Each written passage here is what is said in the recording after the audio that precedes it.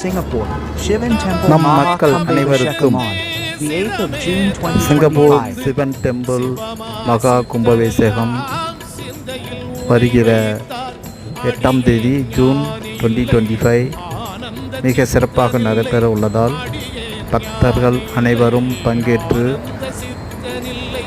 விசாலாட்சி அம்மன் உடனாகிய விஸ்வநாதர் பெருமானின் அருளை பெற வேண்டுகிறேன். அன்புடன் ஸ்ட்ராங்கா ஒரு டீம். நன்றி.